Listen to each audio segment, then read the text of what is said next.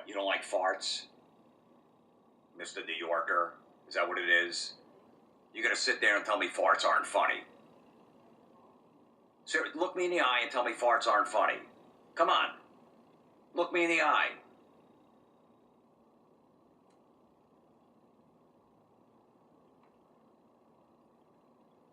Dude, take a deep breath, something.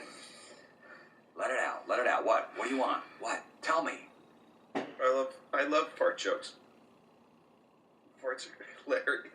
What? Farts are funny. Of course farts are funny. See, I told you. I knew it. I knew They it. make a little toot noise and they come out of your asshole. And they smell bad. There's never been a day where a fart has not been funny. Every Never. fart is funny. Even a funeral. I've laughed at every fart I ever heard. Of course. How can you not? How can you not?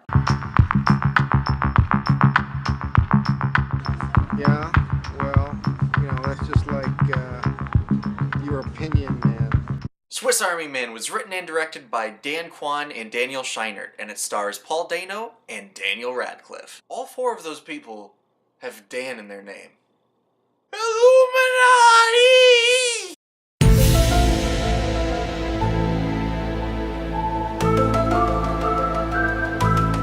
The film starts off with Paul Dano stranded on an island on the verge of suicide. Then the corpse of Daniel Radcliffe washes ashore and farts him to the wilderness. Believe me, it's better than it sounds. The rest of the film is the duo working together to get back to civilization while finding new powers of the corpse, and as Paul Dano is teaching the corpse to speak, feel, and just be a person. It's like Johnny Five as a corpse, from Short Circuit.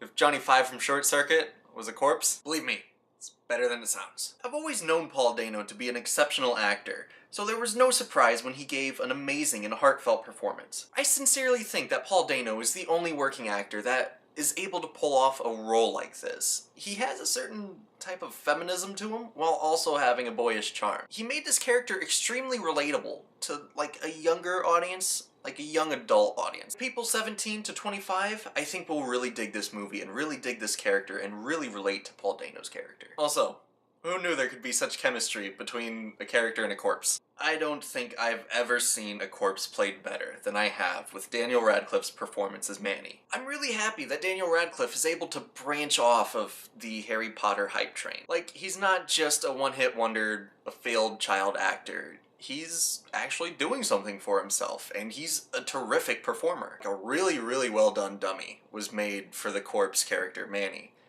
Because, he's a dead guy. They don't really need to have an actor there for the entire movie. But Daniel Radcliffe was hell-bent on being in every single shot that Manny was supposed to be in. So for 99% of the movie, that's Daniel Radcliffe acting as a somewhat sentient corpse.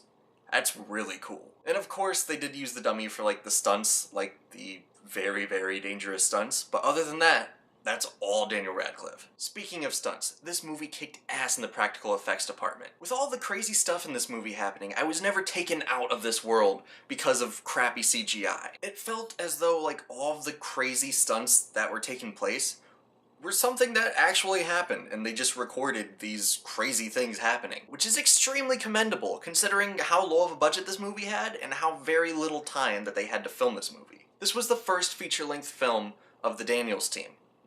Dan Kwan and Daniel Scheinert. They're most known for music videos and things like that. I think the most popular thing that they've ever done was the Turn Down for What video. Turn down for what? Turn down for what?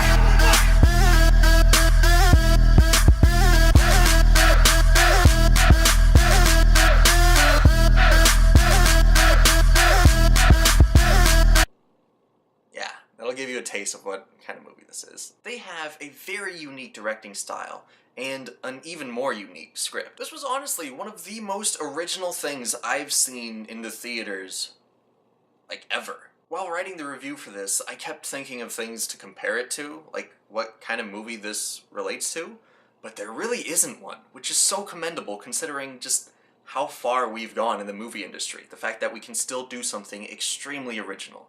Even Wes Anderson. he's an original director, he's an original writer, but the thing is, when you see a Wes Anderson movie, you're like, oh, this is a Wes Anderson movie. It's very obvious that this is a Wes Anderson movie. But when you watch this movie, there's nothing to compare it to, which means this is just a really fresh experience. And yes, there are fart jokes in this movie. A large amount of fart jokes in this movie. But none of them fell out of place and just in there just to be in there. Like, these were well done fart jokes. This is how a fart joke should be in a movie. Like, it had meaning to it, and it's very hard to explain. It's extremely hard to explain. I know it looks bad, me defending fart jokes, but believe me, they did it right. One of my favorite quotes from the directors of this movie about this movie is, the first fart will make you laugh, the last fart will make you cry. And they actually kind of really accomplished this. There are a lot of messages in this movie that are just typically not spoken about, but things that everyone thinks about, just on the topic of people and people's interactions with each other. Some people will say, and have said, that this movie is extremely crude, the type of humor in it. But those are exactly the type of people that this movie's trying to call out. Like, no, this is something that we all do. We all fart. We all do the things that this movie tries to talk about. But people uncomfortable with that will be uncomfortable with that. And the movie's trying to say, you shouldn't be. You really shouldn't be. So, if you have a problem with it, the movie's getting its job done. There are also a lot of, like, extremely heartfelt moments in this movie. Like, this is probably the cutest movie I've ever seen, and it involves a talking corpse. Also, I have to mention the music. Good lord, the music. It's entirely a cappella. So, it's just a bunch of guys sitting in a room, just ba ba ba ba ba ba. And it's beautiful. It's a beautiful thing. Everything about this movie is so unique. I love it so much. It's on very limited release, so hopefully this review can be out before it's like gone. But the first chance you get, go see this movie. This was just the freshest experience I've had in a movie theater in a very, very long time. I can't wait to see this movie again. I can't wait to own this movie and have it just on my shelf. I can't wait to have the physical copy of this movie. I can't stop talking about this movie. So, overall, I'm going to give the film Swiss Army Man a 9.5 out of 10. The reason why it's not a full 10 is, I will say, near the end of the movie, it starts going in a few different directions and you don't really know which one, and it's a little disorienting because you know if it goes a certain direction it's going to make you mad, and you can't get that thought out of your head that I'm going to be mad if they do this. But the thing is, they don't do that. The ending is very satisfying. It's a very good ending for a very good movie. It's just leading up to it, you're very skeptical and it throws you off just a little bit. But that's the only reason why it's not 100% perfect. I also will say that I've looked up opinions like all over the place just to get every aspect of the movie.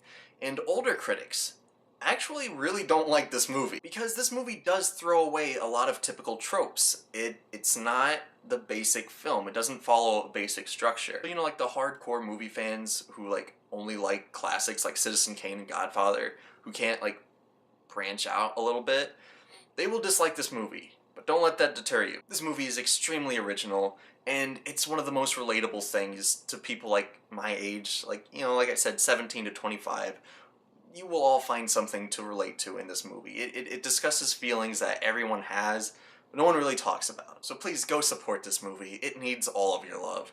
And also support Slacker Reviews, which will soon be Slacker Productions. Don't forget about that. By the end of July, I'm hoping to have Slacker Productions up and running. Look out for that. Be ready. Subscribe now. Tell others to subscribe so they're ready. Ooh, it's gonna be big. Anyway, thank you, and I'm happy to announce that my next review will be for Kung Fu Hustle. And, as always, watch movies, my friend.